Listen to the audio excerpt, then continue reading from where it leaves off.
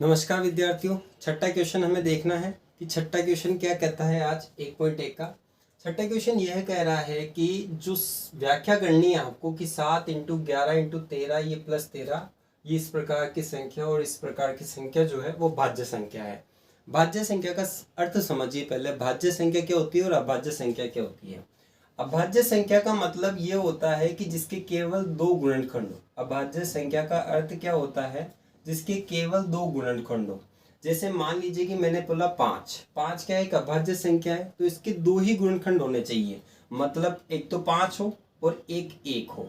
इसका मतलब, या फिर दूसरे प्रकार से मैं अभाज्य संख्या को इस तरह से भी डिफाइन कर सकता हूँ कि ऐसी संख्या जिसमें एक और स्वयं के अलावा किसी और संख्या का भाग नहीं जाता हो, ये भी एक अभाज्य संख्या की डेफिनेशन है। तो आपको ध्यान रखना है कि दो संख्या जैसे अभाज्य संख्या है, वो अभाज्य संख्या के कौन कौन सी होती है। जैसे मैंने बोला कि 2, 3, 5, 7, 11 ये सब अभाज्य संख्या है। इनके अलावा जो भी संख्या बची हुई है, जो भी जितनी भी संख्या, वो सब भाज्य संख्या है। तो आपको यह बताना है कि इस तरीके का जो फॉर्म है, ये जो फॉर्म बनी हुई है दोनों संख्याओं की, वो क्या है, एक भाज्य संख्या है।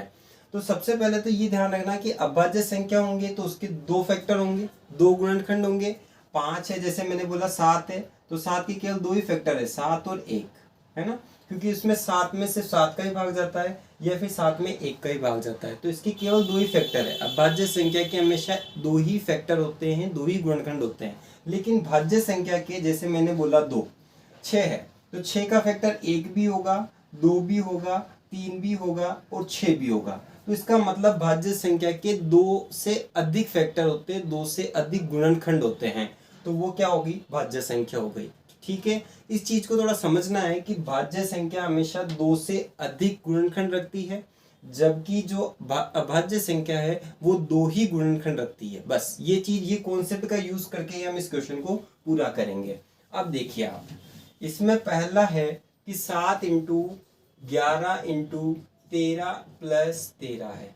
अगर मैं 13 को कॉमन ले लूँ इसमें से, तो यहाँ पे क्या आ जाएगा, कॉमन का मतलब होता है दोनों में हो। ठीक है, तो 7 इंटू 11 मतलब 77 प्लस 1 होता है 13 इंटू 78, 13 इंटू 78। तो यहाँ पे देखिए 13 को मैं क्या लिख सकता, 13 इंटू 78 को क्या लिख सकता हूँ, 78 के गुणनखंड कर लीजिए। आपको अगर नहीं आता है तो 78 के गुणनखंड कर लीजिए, 2 तिया 6, 2 नम 18, फिर 3 एकम 3, 3 तिया 9 और 13 एकम 13। तो इसका अर्थ क्या हुआ कि इसको क्या लिख सकते हैं, 2 इंटू 3 इंटू 13। अब देखिए ये संख्या भाज्य है या नहीं, वो आप खुद ही डिसाइड कीजिए। इसमें देखिए फैक्टर कितने, एक तो 13 आ गया, एक 3 आ गया, एक 2 आ गया। जबकि मैंने क्या बोला था कि भाज्य संख्या में दो से अधिक फैक्टर होते हैं, दो से अधिक गुणनखंड होते हैं, जबकि लेकिन अभाज्य संख्या में दो ही गुणनखंड होते हैं। अब यहाँ पे देखिए 3 गुणनखंड मिल गए। इसमें क्या है, इसका अर्थ क्या है, इसमें मतलब ये जो संख्या है, संख्या उपरोक्त संख्या में, उपरोक्त संख्या में, उपरोक्त संख्या में तीन गुणनखंड, तीन गुणनखंड कौन कौन से प्राप्त हो रहे हैं, 2, 3 व 13 प्राप्त होते हैं, प्राप्त होते हैं। अतः अतः अतः यह एक भाज्य संख्या है। क्या है, भाज्य संख्या है।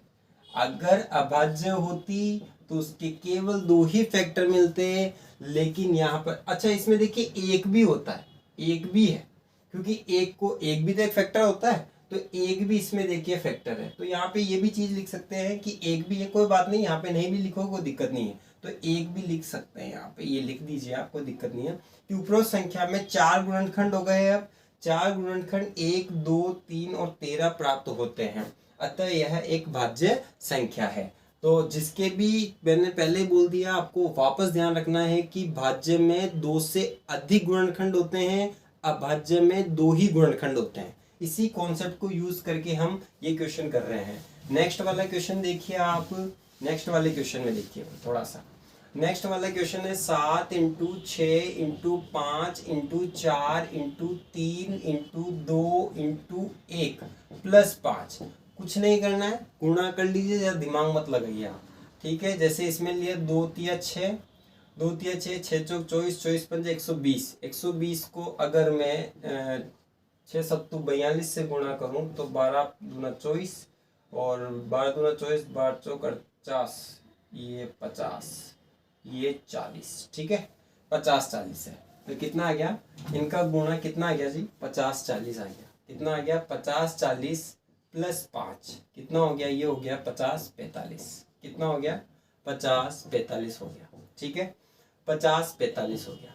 अब 50 45 हो गया तो 50 45 के गुणनखंड कर लीजिए। 50 45 के ये गुणनखंड करें आपने तो 5 एकम 5, ये 0 बच जाएगा, ये 0 ऐसा कैसा ही, फिर 4 उतरेगा, 4 में 5 का भाग जाता ही नहीं तो भाग 2 गई ऊपर, 5 एकम 5।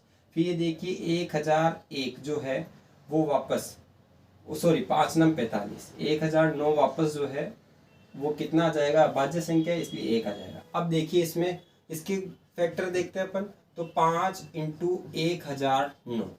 आप बोलेंगे कि सर इसके तो 2 ही गुणनखंड मिले, 2 ही गुणनखंड मिले, पर आप एक हिडन चीज नहीं देख रहे हैं, मतलब छुपी हुई चीज, एक को तो भूल ही रहे हैं। तो एक भी तो एक गुणनखंड है, तो इसका मतलब क्या हुआ, इसके वापस देखिए 3 गुणनखंड हो गए, 3 गुणनखंड हो गए। तो यहाँ पे क्या लिखोगे, उपर्युक्त संख्या में, उपर्युक्त संख्या में 3 गुणनखंड, 3 गुणनखंड कौन कौन से प्राप्त हो रहे हैं आपको, 5, 1009 और 1 प्राप्त होता है, प्राप्त होता है। अतः यह एक भाज्य संख्या है। क्या है जी, भाज्य संख्या है। ठीक है, बहुत आसानी से समझ सकते हैं, कोई दिक्कत नहीं है। वापस एक बार और समझा देता हूं मैं, समरी में मैंने क्या बोला कि कोई भी संख्या, पहले ये ध्यान रखिए कि अभाज्य कब होती है, भाज्य कब होती है।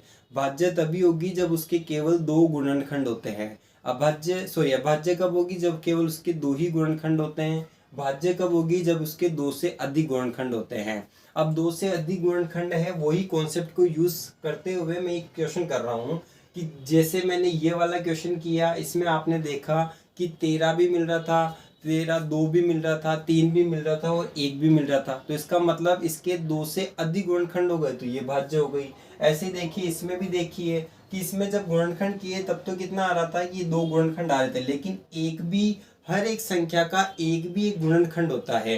तो इसलिए यहाँ पर 3 गुणनखंड हमें प्राप्त हो गए और इसलिए ये भी संख्या कैसी हो गई, भाज्य संख्या हो गई। तो बच्चों आज की वीडियो में सिर्फ इतना ही। आपको अगर वीडियो पसंद आया हो तो लाइक और शेयर करना बिल्कुल ना भूलें।